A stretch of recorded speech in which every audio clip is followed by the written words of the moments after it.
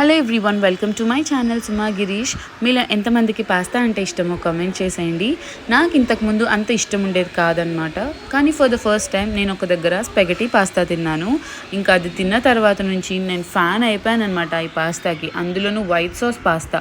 ఇంతకుముందు యూట్యూబ్ ఛానల్స్లో అయితే ట్రెండ్ అయిపోతూ ఉండేది వైట్ సాస్ పాస్తా అని.